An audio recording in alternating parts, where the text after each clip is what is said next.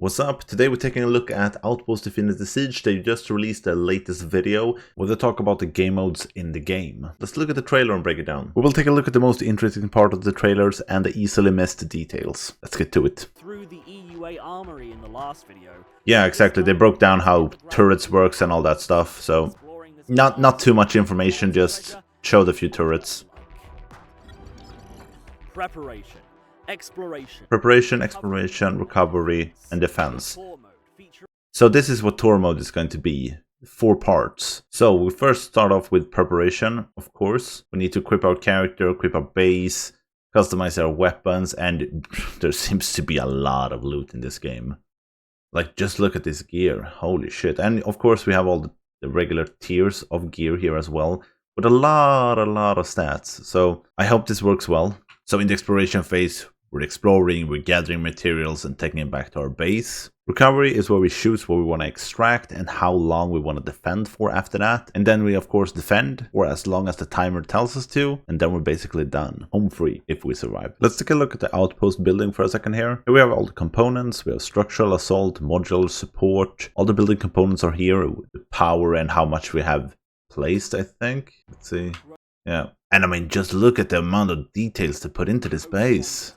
I think these are ammo crates, right? If I'm correct. And you place them on the turret or underneath the turret and it will use the ammo in these crates. So you don't have to manually reload them all the time.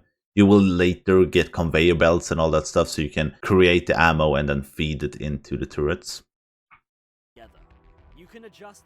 In here, for the first time, we see how the character selection screen looks like, or your operatives. And from what I understand, you start off with one character. That's why they have one character in level 30. And then you can find characters while you play. And I think you can use them as you play as well to be allies with you. And there is a permanent death feature here as well. So if they die, they're dead. So you need to be kind of careful with them because they will have skills and loot and everything. And they will be gone if they die. And here we see also that level 30 seems to be max level. They have put a lot of points into health. I'm guessing this is armor and this is maybe power. Looks like an explosion. And this, I don't know what it is. And here we see 3 perks, I would assume. Infinite ammo, maybe faster reload, maybe you can carry more. Looks like something like that. And there seems to be a recruit local operative. So there is some recruitment system outside of finding characters as well. And here we see which tour we want to do. And we see the difficulty of them: hard, normal, easy, and novice. It looks like the table is full. Like this is the 4 you have to choose between. And I'm assuming they will be randomized once you pick easy. And next time, if you die or you're done with it, the next time you pick easy, it will be randomized to something else. Because we see the buffs here. And I'm assuming this is what you want to use, because these are going to be better on the normal stage. And then we got risk, so this is probably what we can face. We can see that this is in snow ruins, and you will have blizzards here. One of the elements in the game is the weather, so blizzards will undoubtedly make it very hard to see enemies approaching and loot and all that stuff. The target area and going on a tour. And here we see when they press novice, we got 3 buffs, we got no risks. And this area doesn't seem to be affected by war. It is a windy desert, so you might have some sandstorms or sand to make it harder to see. That might be a thing. In tour mode, our ultimate goal is to gather valuable resources along the way and transport them back to the base after fending off the relentless attacks of the Mechanos. Here we get to see the base warehouse. So here we got all the materials. Split into tiers, of course. We have the currencies down here. And then we have valuables, other gear. Pretty basic standard. Looks good. This way you can store the resources in the warehouse and use them to craft components for the outpost. Once you enter the target area, you'll see a tactical map. You'll have multiple paths to choose from, each passing through several different sites. This is kind of cool. I like this structure. I was not expecting this structure. So you basically have a small map where everything plays out, and you choosing your own path with different rewards and different maps. And you can even bypass them by spending more power if you want to go further quicker. We can see that this is day 1, so this is where we start, in the middle of everything. And we see what the different rewards are for the different nodes, or what they ever call it. passing through several incident rewards. So we get to choose one of the rewards. That is kind of cool. Like this buffs attack increased by 3 points, and this is extra reinforcement. Grants a random variant of the Guardian. different sites. So by bypassing, we get the reward as well, it looks like, or we get some rewards. Power is an important resource and it's used for a lot of things in this game. I wonder how the dynamics is going to be of getting power, maintaining power, and then using it. Once you enter the site, you can switch between combat mode and command mode anytime. Then we talk about the different modes, and we see a bit of the looting system here as well. You can shoot enemies with your guns and gather resources, whereas command mode gives you an easier way to control the components of the outpost.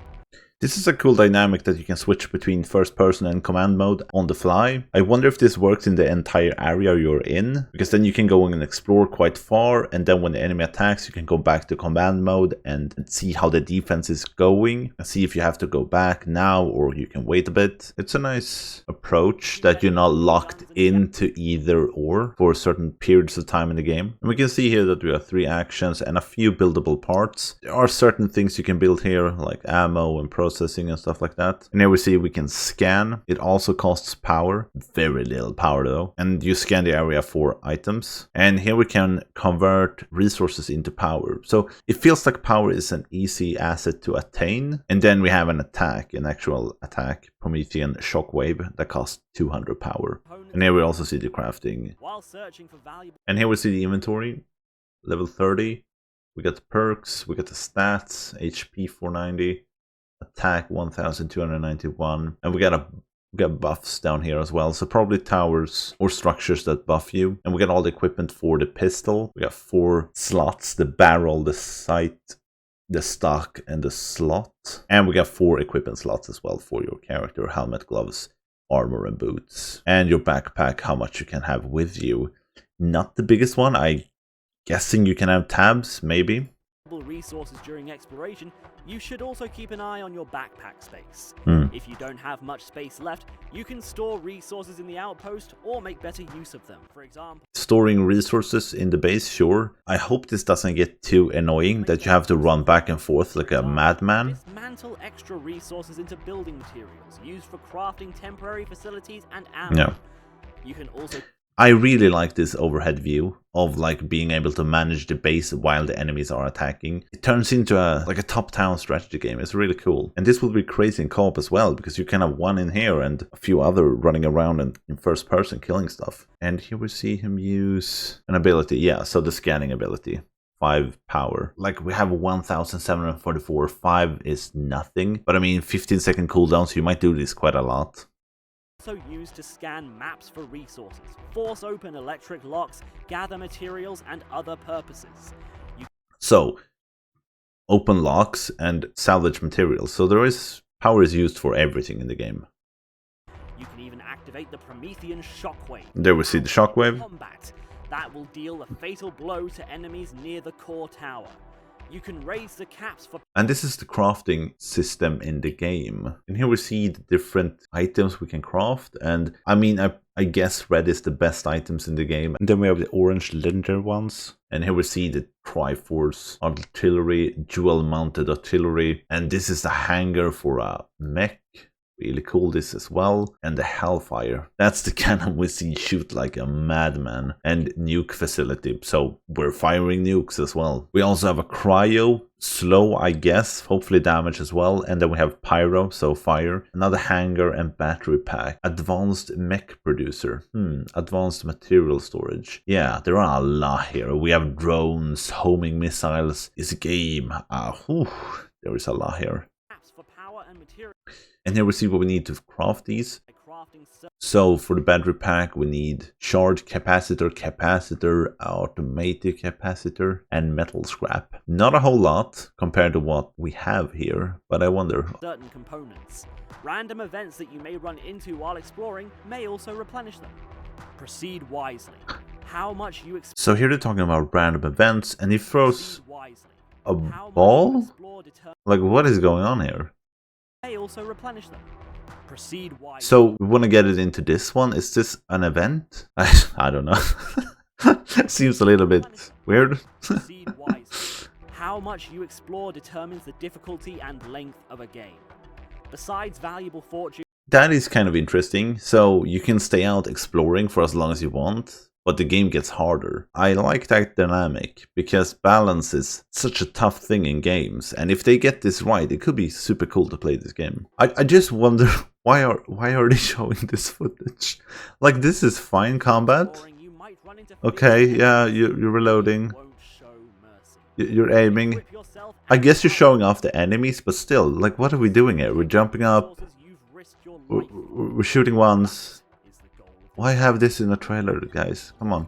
Each site comes with its own And here we have the sites, and they all have some conditions attached to them. So here we need to explore the site and recover target item. The Promethean field can't be sustained here, so you have to be quick. And here you can just explore freely. Allies are under attack, we must help them. I kind of like this. Okay. and the conditions for And we have the different biomes here as well. Snow, some abandoned buildings, looks to be a forest and destroyed town. A random event will trigger each time you pass through a site. Events may affect your gains, strength, or the difficulty of the game. Take stock of That's kind of nice. We have component HP up 20%. This one has a plus and a negative, so you get 3 random stacks of material of epic or above in the storage. Sweepers now have empowered weapons. So risk reward again, and here you get machine gun towers mounted to a core tower. I mean, that's just good. the game. Take stock of your outpost and This is the field storage. Wow. So this is between collected in this exploration, taken back to the base, estimated time for recovery, and here we see the recovery. We have to stay alive and protect the base. So here we see that the timer is enhanced or lengthened when we put in items. So yeah, 410 seconds. We can choose not to extract everything, of course, if we don't want to. the more resources you recover, the higher the difficulty will be on the recovery day. Yeah. You may choose to discard part of your loot to lower the difficulty based on your strength and the damage you've taken. As we discussed, like, yeah, you can choose not to take everything if you don't want to and have a lower difficulty. I like that option. You can choose the difficulty, which is really cool. And goddamn, this dude got some insane components. Everything is red except the sight. I guess he likes the sight. High powered sight. Okay.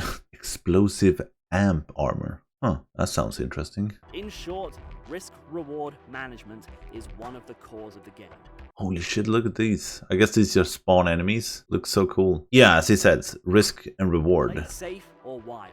It's up to you. Safe or You wild. can invite up to 3 friends to the tour 3 friends, you can play with up to 3 friends, which is kind of cool. I hope it works well. and face the challenge together. And I hope the game is balanced for us as well. But then again, I guess you're balancing it by yourself, because if you gather more, you can extract more, but you have to defend for longer. So it might just work itself out super easily. These enemies look cool though. They look really cool. In their backpack And he has a goddamn minigun?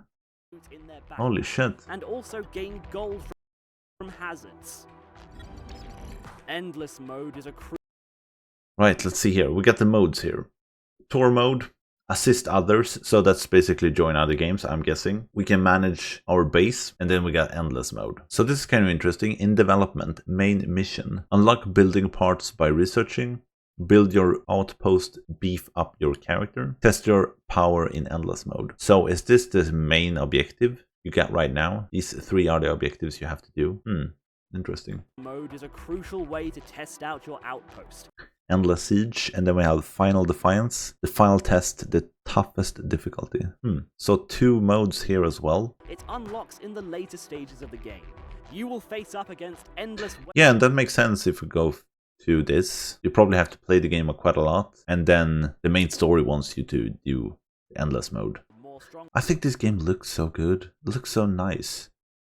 Apart from And your look at this. outpost, You also have to defend a few preset strongholds.